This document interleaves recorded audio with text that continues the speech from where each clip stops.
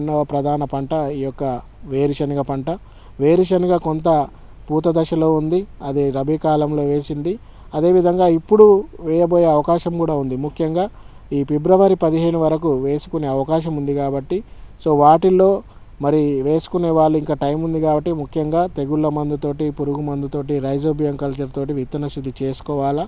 ఇకపోతే already November ప్రాంతంలో వేసిన వాటిల్లో ఈ యొక్క తిక్క ఆకుమచ్చ తెగులు ఎక్కువగా ఆశించే మొన్న అంటే ఈ అననుకూల పరిస్థితుల వాతావరణం వల్ల తిక్క ఆకుమచ్చ తెగులు వచ్చే అవకాశం ఉంది కాబట్టి ఆ తిక్క ఆకుమచ్చ తెగులు గుండ్రంగా ఆకు కింది భాగంలో ఇట్లా బొట్టు పెట్టినట్టు గోధుమ రంగులో కనబడతా ఉంటాయి.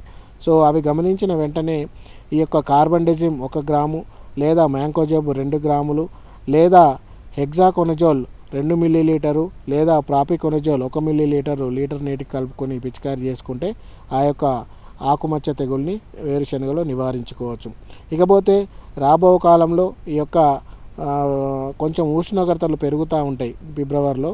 అప్పుడు తామర పురుగు సమస్య, తద్వారా మువ్వకుళ్ళు, అదేవిధంగా కాండపు కుళ్ళు సమస్యలు ఎక్కువగా ఆశించే అవకాశం ఉంటుంది కాబట్టి వాటి నివారణకి ముఖ్యంగా తామర పురుగుకు సంబంధించి ఈ ఫిప్రోనిల్ 2 మిల్లీలీటరు లేదా స్పైనోటెరమ్ 0.9 మిల్లీలీటరు లీటర్ నీటికి కలుపుకొని పిచికారీ చేసుకుంటే ఈ యొక్క తామర పురుగును, తద్వారా తామర పురుగు ద్వారా వ్యాపించే ఈ యొక్క వైరస్ తెగుల్ని కూడా నివారించుకోవచ్చు.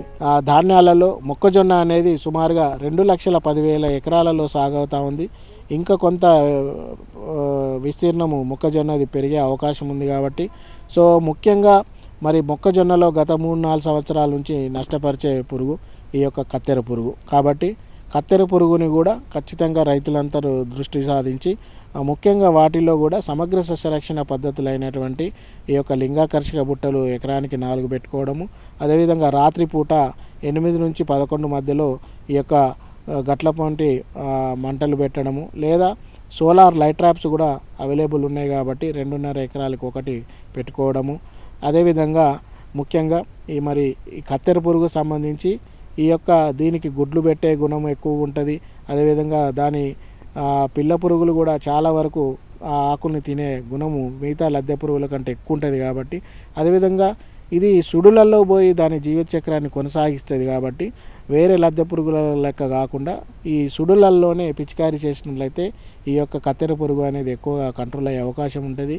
కాబట్టి పిచికారీ మందులైనటువంటి ముఖ్యంగా స్పైనోటెరమ్ అనే మందు 0.9 మిల్లీలీటరు లీటర్ నీటికి, లేదా లాంబ్డోసైలోత్రిన్ క్లోరాంథ్రిప్రోల్ 2 కలిగిన మందు 0.4 మిల్లీలీటరు లీటర్ నీటికి, లేదా థయోమిథాక్సమ్ ప్లస్ లాంబ్డాసైలోత్రిన్ 0.4 మిల్లీలీటర్ లీటర్ నీటికి, లేదా క్లోరాంథ్రిప్రోల్ 0.3 మిల్లీలీటర్ లీటర్ నీటి. ఈ 4 మందుల్లో ఏ మందునైనా కూడా అంటే ఒక వారం 10 రోజులలో ఖచ్చితంగా ప్రాథమిక దశ నుంచే అంటే 40 రోజుల దశ నుంచే 10 రోజులకు ఒకసారి పిచికారీ చేసుకున్నట్లయితే అది ఆ కంకి దశకు రాకుండా ముందే దాన్ని నివారించుకోవచ్చు. పిచికారీ చేసినప్పుడల్లా ఖచ్చితంగా సుడులలో మాత్రం చేయాలి. ఈ విధంగా చేసినట్లయితే కత్తెర పురుగుని ప్రాథమికంగానే ఇప్పుడున్న పంటల్లో నివారించుకోవచ్చు.